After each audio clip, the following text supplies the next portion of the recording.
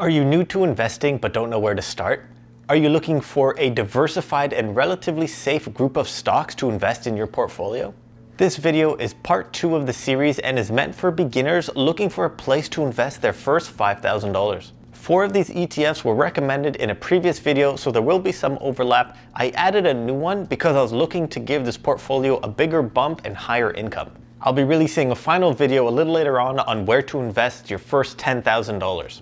I recommend buying these ETFs in your tax sheltered or tax deferred accounts to begin with. So start off with your TFSA or your RRSP, and then once you max those out, your tax sheltered or tax deferred accounts, move on to your margin or unregistered accounts. Keep in mind, all 5 of these ETFs sometimes invest in the same stocks. So this is all done on purpose. If you see some ETFs investing in Apple or Microsoft, there is some overlap. I know it's cool, it's all done on purpose. Please thumbs up the video and subscribe to the channel. I finally managed to find a day when my neighbors weren't doing construction, and then there happens to be a helicopter flying outside. So please ignore some extra helicopter-y sounds that you might hear in this video. Thanks. First on the list, I'm recommending you invest $1,500 or 30% of your portfolio in VSP. In my mind, the S&P 500 should always be the largest part of your portfolio.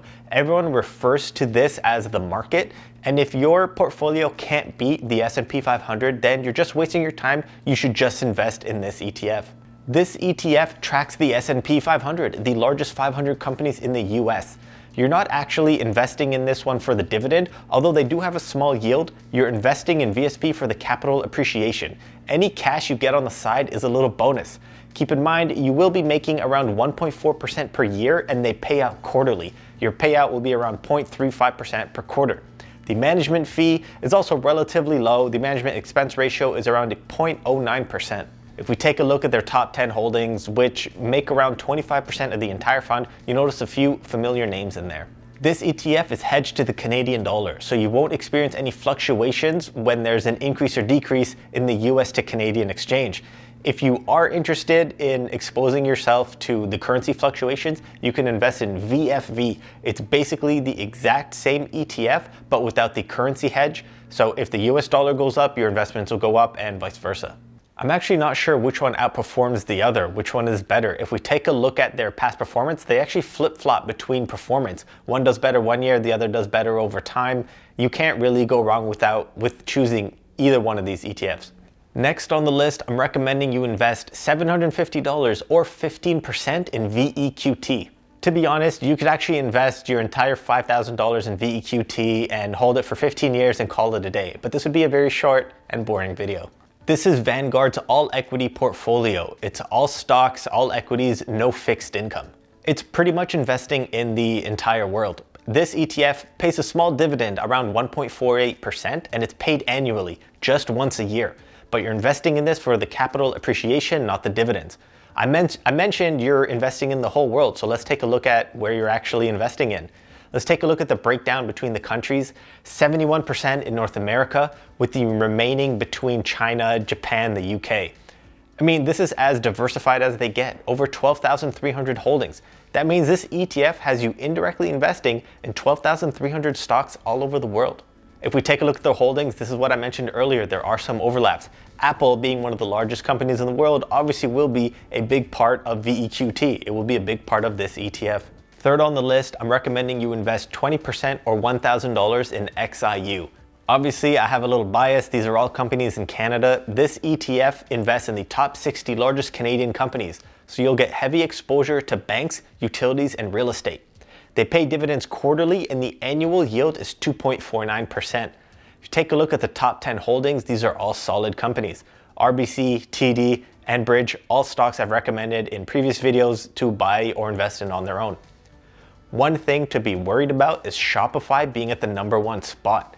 This time last year, Shopify was only number 3 on the entire ETF. Now Shopify is over 10%. So there might be a lot of volatility in this ETF going forward, but I'm optimistic on Canada's future, so I would always have this ETF in my portfolio. I would always recommend Canadians have this ETF in their portfolio. Second last on the list, I'm recommending you invest 20% or $1,000 in VIU. This ETF is basically investing in developed countries. I was debating between recommending VIU or XAW, but I figured XAW has too much overlap. It invests too much in North America, and I've already recommended XIU and VSB previously, so I decided to skip that one, but it's not a bad ETF. You can invest in it if you want more exposure to North America. VIU gives you exposure to all companies in developed countries, excluding North America. It only makes sense to choose an ETF which excludes them to avoid too much overlap. This ETF holds about 3,750 stocks, and it pays a quarterly dividend. The annual yield is around 2.18%. But again, you're not holding this for the dividend, you're holding it for the capital appreciation. Since this was chosen to give your portfolio exposure to other countries and other markets, let's take a look at where you're actually investing in. Japan is 25%, UK 13%, and even some Australian stocks at 7%. If you're wondering which companies are representing those actual countries, we can see Nestle, Samsung, Toyota, S&P, and so on.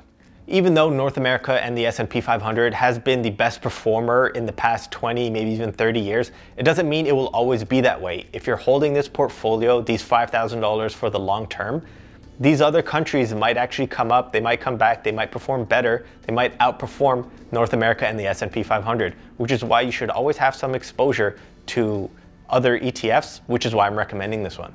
The last ETF I'm recommending is investing 15% or $750 in XQQ. This is the iShares NASDAQ 100 ETF hedged to the Canadian dollar. It gives you exposure to the 100 largest non-financial companies on the NASDAQ. If we take a look at the holdings, there's huge overlap with other ETFs I recommended, but I know that I did this on purpose. I'm choosing this because of the returns, which I'll show in a moment, and because it's very tech heavy. Around 50% of the fund is in the tech industry. The management expense ratio is kind of high, around 0.39%, and there's a super small dividend payable twice a year. The main reason I chose this ETF is the performance over the past 9 years. Almost a 450% return, which is almost 3 times as high as the S&P 500 returns when we compare them side by side. I know many people will say past performance isn't an indicator of the future, but my time machine hasn't been delivered yet, and my crystal ball only shows me the Eye of Sauron, so we have to make do with what we have. That brings us to 100%. Thanks for watching. It was a short video. Let me know if you're interested in a where to invest my first $10,000. It will be largely the same, but I might spend around $2,500 going in stocks instead of ETFs and going a little riskier. The more money you have, the bigger your portfolio, the more risk and the more opportunities you have. Leave any comments or recommendations you have or any other ETFs I haven't mentioned. Let me know which ETFs you would replace and why. Obviously, there are so many ETFs, I can't possibly have known or knowledge of all of them, so let me know which ETFs and why. I keep getting recommendations on mushroom or psychedelic stocks. I see those comments, and trust me guys, the reviews are coming, just stay tuned. So until next time, thanks.